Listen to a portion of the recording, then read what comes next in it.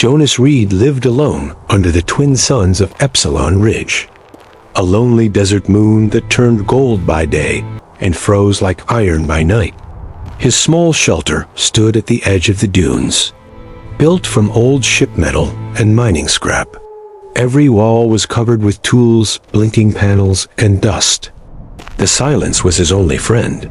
Once, Jonas had been a Terran engineer, one of the best. He had repaired ships that carried thousands to safety during the Earth evacuation war. But when the war ended, there was nothing left to fix except himself. He lost his wife, his home, and his reason to fight.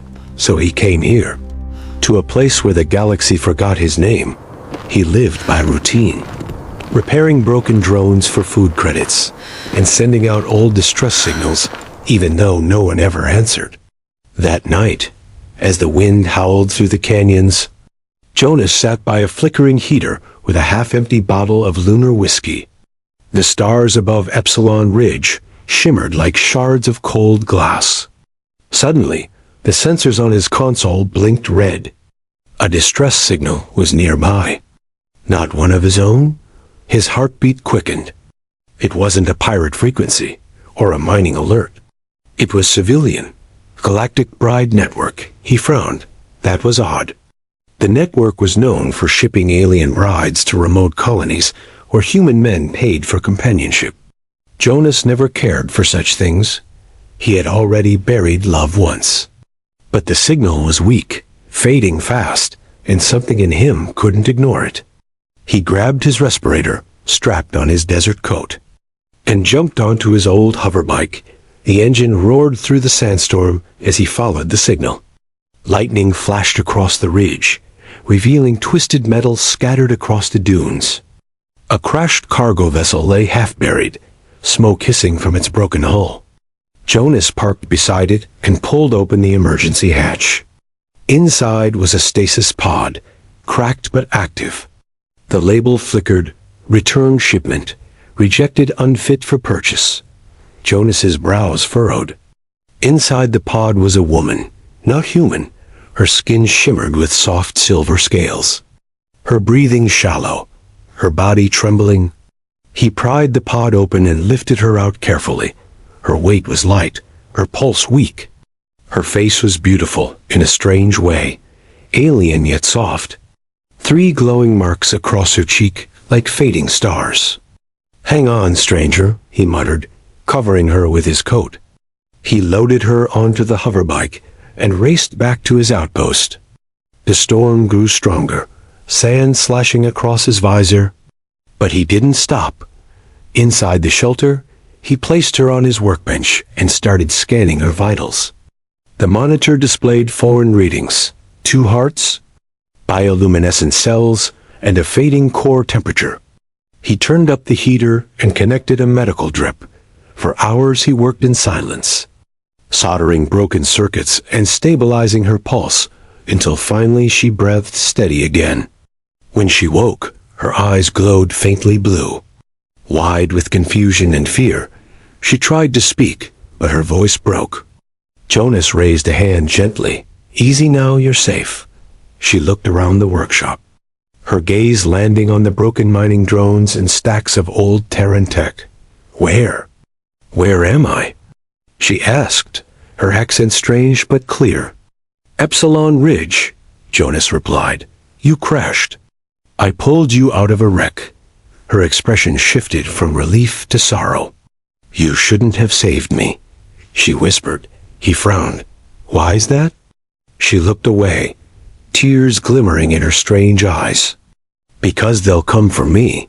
Jonas didn't understand, but he saw the pain in her face. He handed her water and a blanket. "Name's Jonas," he said. "You got one?" She hesitated. "Syrah," she whispered. "Syrah of Lyros," he nodded. "Well, Syrah of Lyros, looks like you're stuck with me until that storm clears." For the first time in years, he felt something other than silence inside that shelter. He didn't know who she really was, or why she'd been marked unfit, but he sensed she wasn't dangerous. Just broken like him. While she rested, Jonas inspected the remains of her crashed ship stored in the dunes. Inside the cockpit, he found shattered data cores, one of which still hummed faintly. He brought it back and hooked it to his console. Lines of alien code filled the screen. Hidden beneath it, a pulsing beacon signal, not random, targeted. Someone had been tracking her even before the crash. His stomach tightened. He turned toward her. "Sira," he called. "Someone's coming." She looked up in terror. "No, please, they can't find me." He stepped closer. Calm but firm. "Who are they?" "Hunters," she said softly. "They belong to the Lyros Dominion.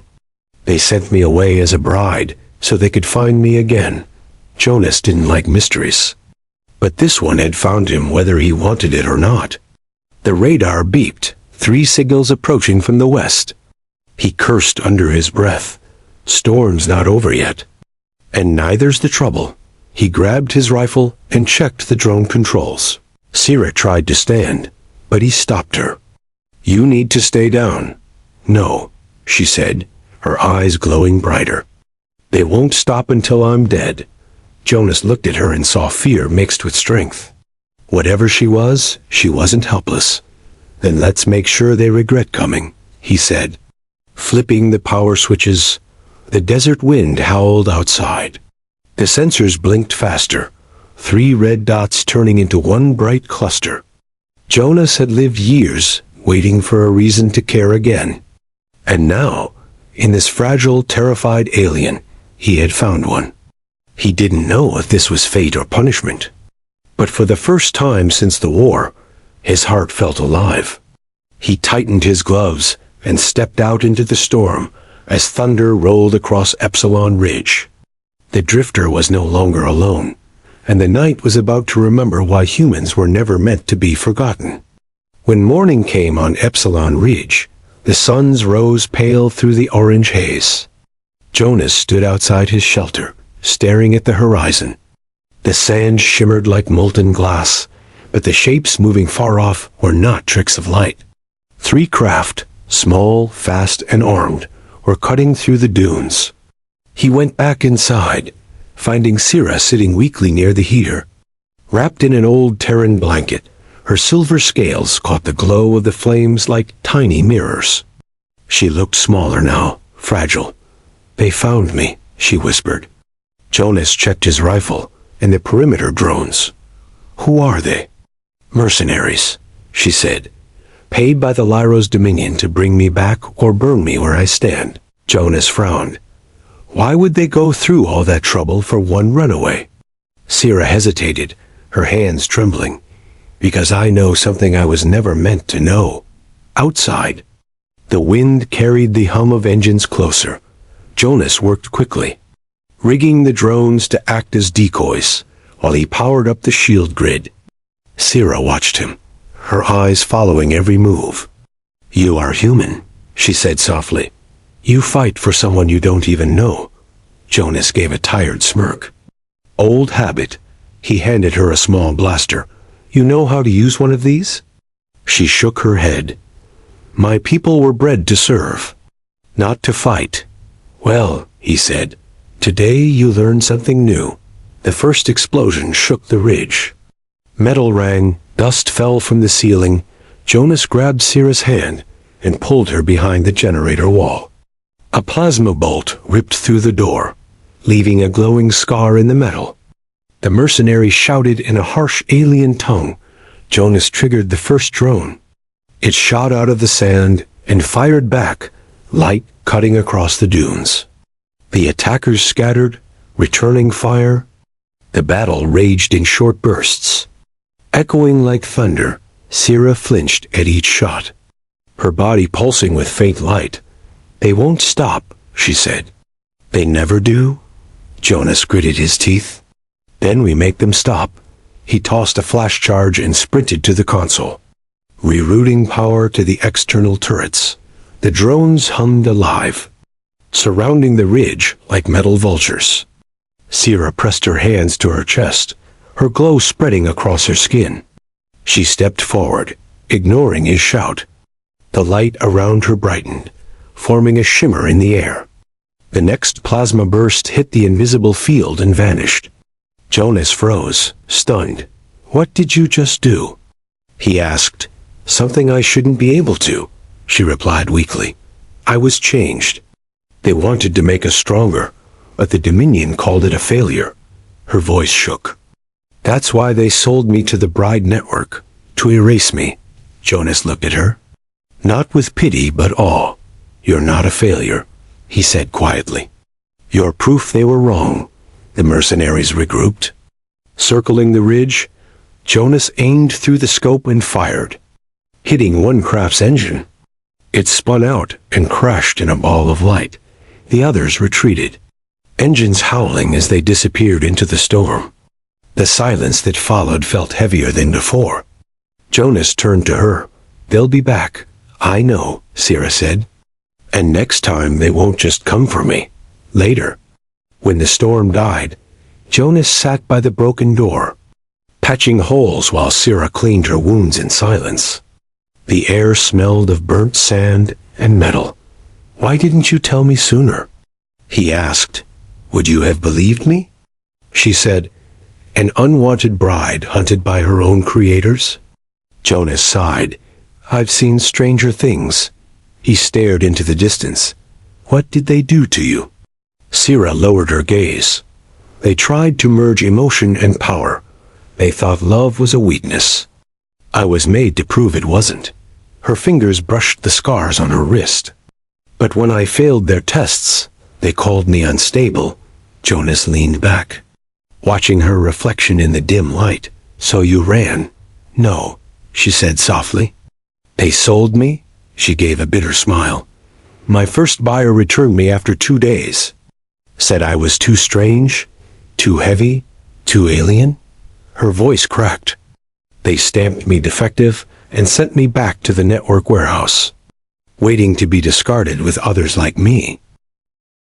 Jonas clenched his fists. "That's not how anyone should live." She looked at him, eyes bright with tears. "Why do you care?" "Because I know what it's like to be thrown away," he said, his tone low and firm. "And I'm not watching it happen again." The night deepened. The stars burned sharp over the ridge. Jonas sat outside repairing a drone, while Sierra watched from the doorway. "You could still leave," she said. "They'll keep hunting me." "Maybe," he replied, tightening a bolt. "But someone's got to teach them what happens when they come for the wrong people." She smiled faintly. "You're strange, human. You have no idea," he said. Inside, the console flickered, the beacon signal pulsing again. This time it wasn't a simple tracker. It carried a message. Jonas opened it and read the alien symbols translating across the screen. "Target confirmed," it said. "Recover or terminate before next cycle." He glanced at Sierra, who had fallen asleep near the heater, peaceful for the first time since he found her. The message repeated in the background like a heartbeat. Jonas muted the alarm and stared at the stars outside. He didn't know what kind of storm was coming next. But for the first time in years, he wasn't running from it. He was ready to fight for something worth saving, even if it meant standing alone against the galaxy. Night fell heavy over Epsilon Ridge, the twin suns vanishing behind the jagged cliffs. Leaving the desert in pale violet light, Jonas worked fast, repairing his drones and securing the perimeter. He knew they didn't have much time before the mercenaries returned. Sierra sat quietly beside the heater, her silver eyes fixed on the stars through the narrow window. "They won't stop," she said, her voice soft but certain. Jonas wiped sweat from his brow. "Then we make sure they regret coming back." She turned her gaze toward him. "You don't understand. The Lyros Dominion doesn't forgive. They erase." Jonas looked at her, the lines on his face deepening. "Then they'll learn humans don't erase easy either." The ridge was silent except for the low hum of power cores. Sierra rose and stepped closer, her glow faint and sad. "Why are you doing this?" Jonas read. He didn't look up from his tools. "Because everyone deserves a second chance." She shook her head slowly. You don't even know me. I don't have to, he said. I just know what it feels like to lose everything. She watched him. His hands steady, his tone calm, and for the first time in years, she felt safe. The sensors blinked red. Jonas turned to the screen, 6 blips closing in fast. They're here, he muttered. Sierra's pulse quickened. The hum of engines echoed across the canyon. Blue streaks of light cutting through the darkness. Jonas grabbed his rifle and activated the drones. They shot into the air, scanning for targets. The first plasma blast hit the sand near the entrance, sending shockwaves through the base. Jonas returned fire, his aim precise. One of the crafts exploded in midair, pieces raining down like burning glass, but more followed, hovering low. Armed with pulse cannons, Sierra covered her ears, her body glowing brighter. They're using resonance shells, she said. They can break the ground apart. Jonas ducked as another blast struck the ridge, rocks collapsing around them. Then let's break them first, he said. He grabbed a detonator and ran toward the outer slope. The wind roared, sand slicing against his visor. He placed charges near the main path and dived for cover. The explosion lit the night. One mercenary skiff crashing into the canyon wall, inside the shelter. Sierra felt something stirring deep within her chest. Her bioluminescent veins pulsed like lightning under her skin. The power she was engineered to suppress now demanded release. She stepped outside, the glow spreading across her arms. Jonas turned and froze, the air around her bending. Sierra, stop. You'll burn yourself. They'll kill us if I don't, she said. Her voice echoed with a strange harmonic tone. She raised her hands, and a wave of blue energy burst outward. The remaining mercenaries screamed as their weapons overloaded, lightning dancing through their armor. The storm of light lasted only seconds, but when it faded, silence fell. Only wind and dust remained. Jonas ran to her, catching her as she stumbled. Her skin dimmed, her breathing shallow. What was that? He asked. Something my creators feared, she whispered weakly. They tried to create soldiers who could use emotion as power. But love made the energy unstable. They called it corruption. I was the last one. Jonas carried her inside and laid her on the cot. You call that corruption? He said softly.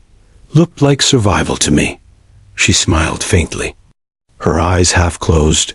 You don't understand. Humans feel emotion freely. For us, it's a fire that can destroy entire cities. Jonas sat beside her, watching the pulse of light fade under her skin.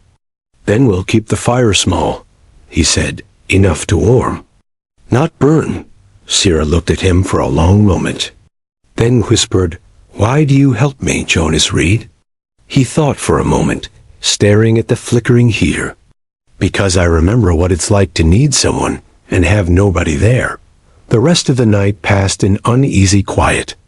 Jonas checked the perimeter again and found the wreckage of one of the mercenary crafts. Inside was a data chip bearing the Lyros insignia and a message code. He uploaded it to his terminal. The hologram flickered, showing a tall figure in black armor, a Lyrian commander. Subject 47, the voice said coldly. Capture alive if possible. Terminate if resistance continues. She carries the anomaly. Jonas's hands tightened around the console. Anomaly? He whispered. Sierra appeared behind him, her eyes dark. They mean me, she said. The ability to feel connection beyond species. Beyond programming, they call it a disease. Jonas turned to her. Then maybe it's time we spread it. Outside? Dawn began to break, painting the desert silver. The smoke from the battle drifted away into the cold air. Jonas stood by the cliff's edge, staring toward the horizon. They'll send more, he said. And stronger ones next time. Sierra joined him, wrapping his coat tighter around her shoulders. Then we run? She asked. He shook his head slowly. No. We prepare. She looked at him, her expression soft but resolute. You're risking everything for me. I've got nothing left to risk, he said. And maybe helping you gives all that nothing a meaning. As the first rays of sunlight touched the ridge, the human and the alien stood side by side, two outcasts bound not by duty or blood, but by something rarer, the will to protect what little light they had found in a universe that had given up on both of them. The hunters of Lyros would come again. But this time, Epsilon Ridge would not be easy prey. It would be a battleground, and the beginning of something far greater than either of them had imagined. The following night on Epsilon Ridge was quiet, too quiet. The wind had died. The dunes glowed faintly under the pale moons. Jonas sat inside his workshop, watching the data screens flicker. He'd been awake for hours, trying to decrypt the mercenary chip he'd taken from the wreck. Sira slept nearby, her body still weak but recovering. Soft blue light pulsing under her skin with every breath. When the code finally cracked, the message that appeared made his blood run cold. Coordinates. Not of the Dominion's next attack, but of them. The signal was active, transmitting their exact location into deep space. Someone was coming, and fast. Jonas cursed under his breath. Slamming the terminal shut, he reached for his toolkit. Ripping out the uplink cable from the main console, sparks flew. You can't just destroy it, Sira said suddenly from behind him, her voice faint but firm. He turned, startled that she was awake. If I don't, they'll find us. They already have, she said, walking toward him, her silver eyes sharp with fear. That chip wasn't just a tracker. It was a seed. Once it's in your system, it grows, Jonas frowned. What do you mean, grows? It links to every machine within range, she said. It's not transmitting coordinates anymore. It's building a connection. Jonas's heart pounded. To what? Sira met his gaze. To the Lyros fleet, outside. The air began to hum. A deep, unnatural vibration. Jonas ran to the radar, his screen showing an approaching anomaly in orbit. They're here already, he muttered. Sira gripped the table, trembling. No, it's not them yet. It's the gateway. Jonas didn't understand. But he didn't have time to. He began cutting the power lines, trying to kill the signal. Wait, Sira said. If you destroy it, it'll overload, and the blast will kill us both. Then what do you suggest? He snapped. She stepped closer, her hands glowing faintly. Let me merge with it. I can reroute the signal. Turn it back on them. That could kill you, he said. It will, she replied calmly. But it might buy you time. Jonas stared at her. The air tensed between them. Not happening, he said firmly. We'll find another way. Sira smiled faintly. You humans always say that. She placed her hand on the terminal before he could stop her. The light from her skin spread through the circuits. Flowing like liquid fire, the room filled with a soft hum. The machines flickering to life. Jonas tried to pull her away, but an invisible force held him back. Sira, stop, he shouted. Her voice came out distorted, layered with echoes. It's too late. I'm already inside. The screens filled with cascading alien code. Her energy fusing with the system. Jonas could see her body shaking, the light inside her growing too bright.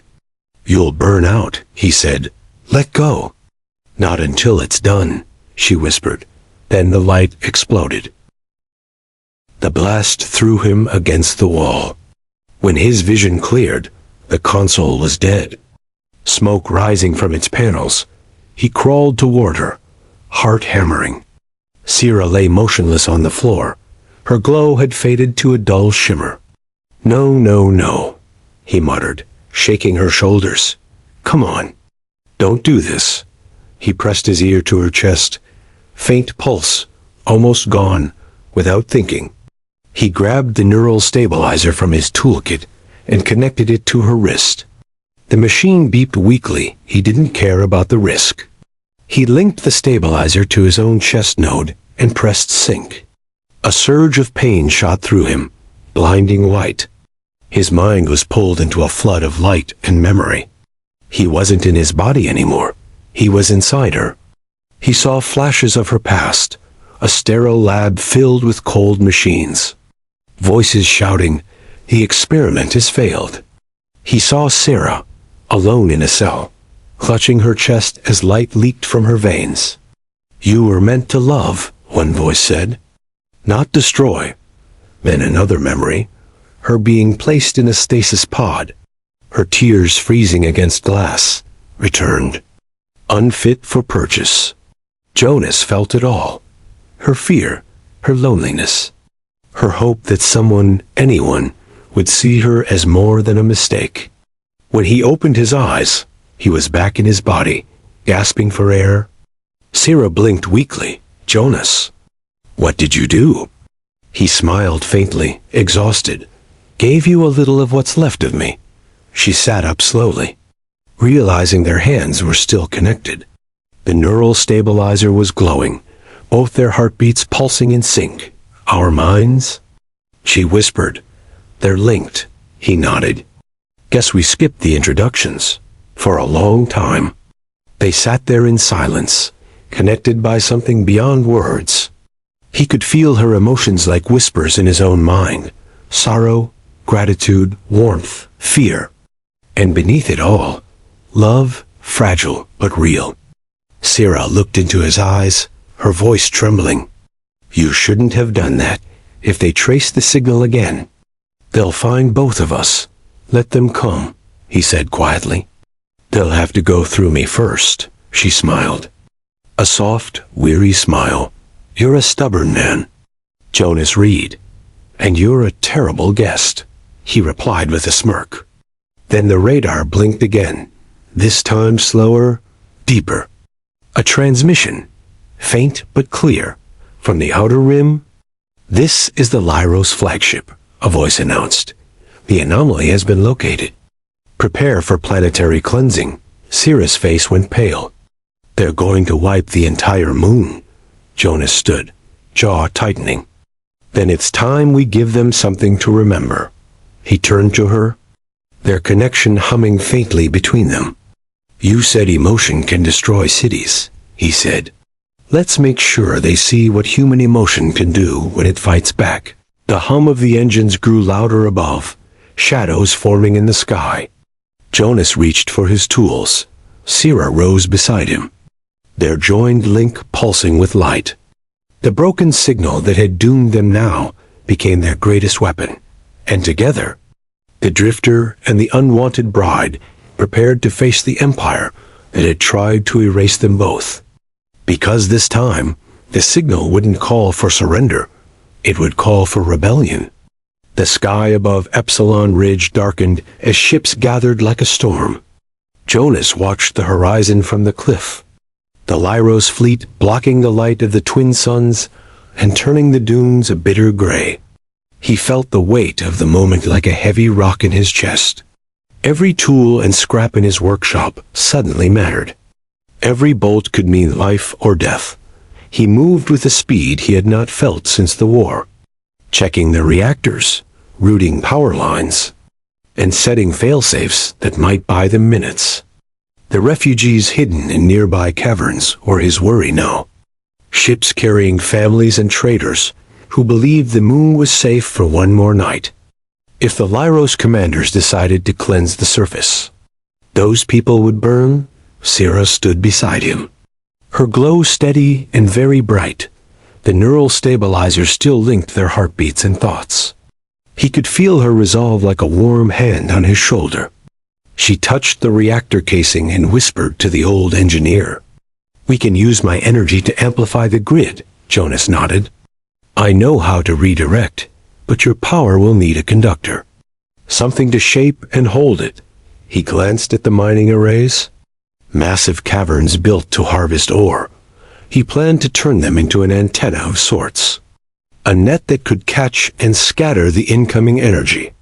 It was dangerous and untested, but they had no room for careful plans. Only for the bold, they worked through the gray morning. Jonas rewiring junctions, while Sira fed her light into the lines. The metal hummed and warmed. The grids thrummed like living things outside. The Lyros flagship lowered its shadow and sent a transmission. A commander's voice spoke in cold harmony. "This moon harbors a contagion. It will be purged." Jonas felt a sickness in his stomach, but kept his hands steady.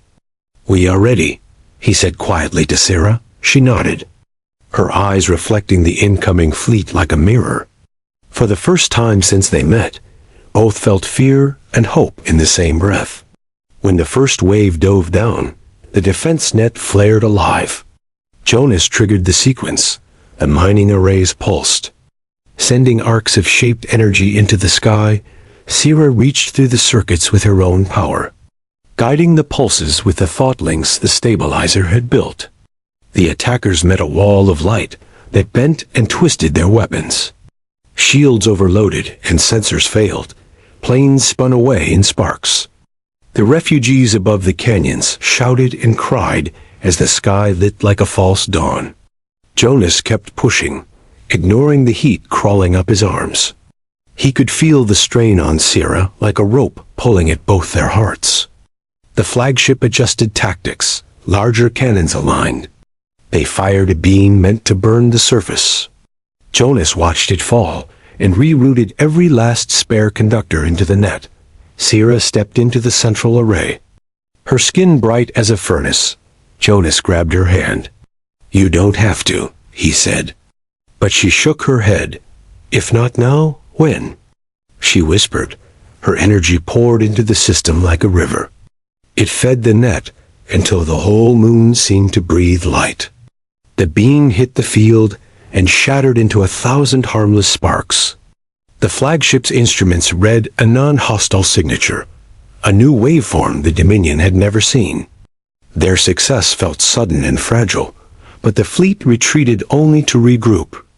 The Lyros commanders realized brute force alone would not break this link. They sent small boarding skiffs to the surface, stealth teams that moved like shadows. Jonas and Sira anticipated this and had set traps. The old drone fleet Jonas had slowly rebuilt rose like iron birds. Netting the skiffs and dragging them into the dunes, close combat followed. Jonas fought with a battered rifle and a stubborn calm learned from long loss. Sira used her light to blind and bind. Her energy formed soft cages that held attackers without killing them. They captured soldiers who would later tell stories of a human and an alien who fought with mercy. At the edge of the battle, the refugees watched as a message spread across the sky. Not a threat, but a signal of unity. The defense net broadcast the shared heartbeat of Jonas and Sira in a raw, honest pulse. It carried words no translator could perfectly render. But the meaning was clear. We are together. The Lyros fleet, built on fear and control, trembled at the sight of a human and a Lyrian linked so deeply. The flagship's admirals had never seen love used as a weapon for life, not death. Their doctrine could not explain it. And hesitation spread like a weakness inside the command hall. A younger commander watched the live feed with hands trembling. He had once been a student in the Lyros labs. He remembered Sira's name written in a ledger as a failed subject and felt the shame of it. That memory cracked something inside him. He ordered a pullback.